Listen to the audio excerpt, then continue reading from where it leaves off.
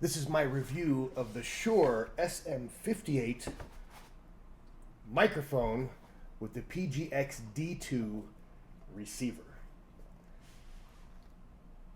I gotta tell you, I love this thing and I use it all the time. Little background. First of all, let me show you what it is. You get your microphone. The SM58 is an industry standard for professional speakers, professional singers. I have used this thing as well as my wife, who's a professional singer in Las Vegas. And I've used this on cruise ships all over the world. I've used this for hundreds of corporate events, and I've used it in theaters in Las Vegas. And this thing always sounds amazing. And the receiver does an amazing job.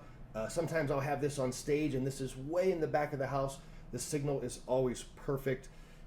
It's easy to use. It's easy to change out the batteries. It's just two AA batteries. They go in here.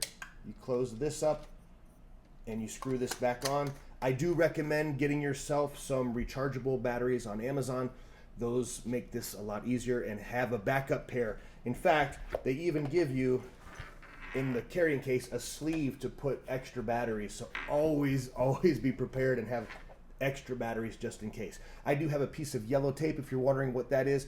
I keep my name on here and I covered it up, so for privacy reasons. So this thing is so simple to use. You plug it in to the electric outlet, and then there's an XLR plug that you plug right into the PA system or whatever system you're using, and that's it. Now you just have to match the channels, which with this thing is super easy because it has an infrared reader. So if you need to change the channel, you hit the button, you hit the channel button, and then you take your microphone and you line them up, and it'll just go boop, and they match. So if you need to change channels, easy to do.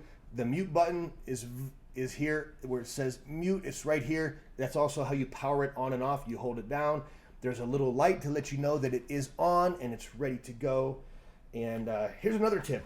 If you don't use a lot of microphones, and I found this, sometimes people who are new to being on stage or speaking on a microphone, if you hand your microphone to somebody, they tend to talk like this, and then it floats away, and then nobody can hear them.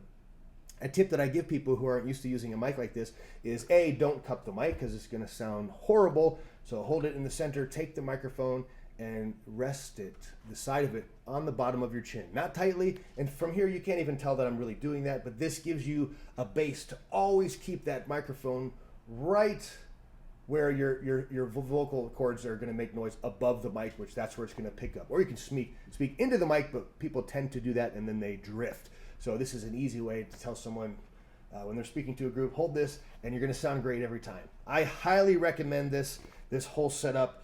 This is one of my favorite microphones that I've ever used. I love this thing. It's a workhorse, and yeah, I just love everything about this mic and the receiver.